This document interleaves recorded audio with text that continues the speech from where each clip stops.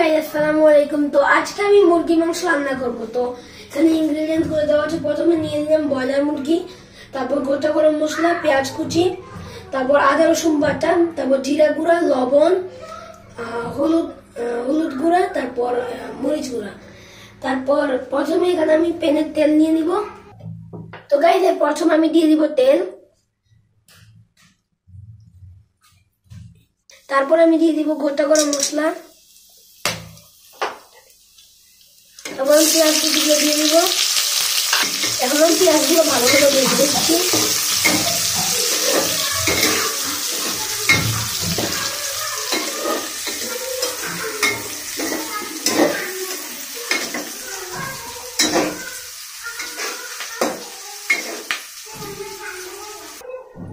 তো এখন আমি দিয়ে দিচ্ছি আদা রসুন বাটা।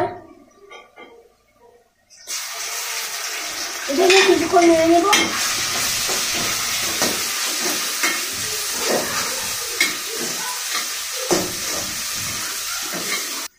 এখন আমি দিয়ে দিচ্ছি হলুদ গুঁড়া, লবণ, মরিচ গুঁড়া আর জিরা গুঁড়া।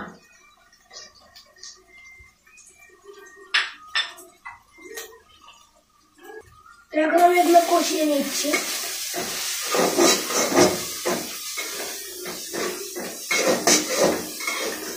বাইরে মশলাগুলোকে কষিয়ে নেব।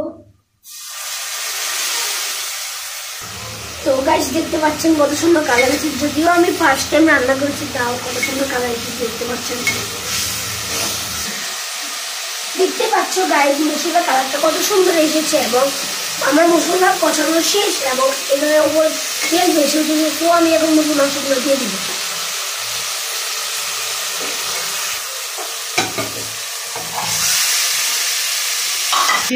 আমি এখন মাংসটা কষিয়ে নিচ্ছি।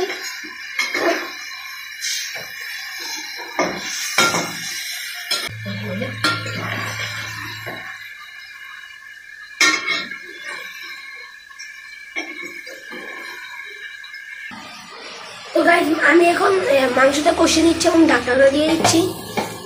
সো ফিরছি কিছুক্ষণ পর। তো গাইস আমি দেখতে পাচ্ছেন আমার মুরগি মাংসগুলো কষানো শেষ। তো এখন আমি আলুগুলো দিয়ে দেবো, কারণ মাংসের সাথে আলু না দিলে খেতে একদম ভালো লাগে না। তো কার কার মাংসের সাথে আলু খেতে ভালো লাগে তারা প্লিজ কমেন্টে জানাবেন।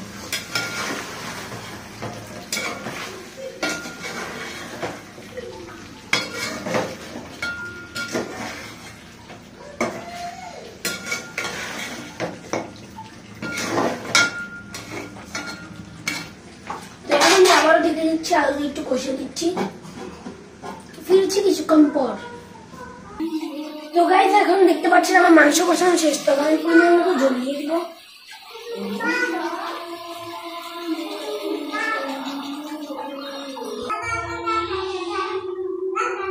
এবার পানিগুলো দিয়ে দিচ্ছি, এগুলো সিদ্ধ করে দিব। তো গাইস দেখতে পাচ্ছেন আমার রান্না করা কমপ্লিট। তো সবাই ভালো থাকবেন। Thanks for watching. আল্লাহ হাফেজ।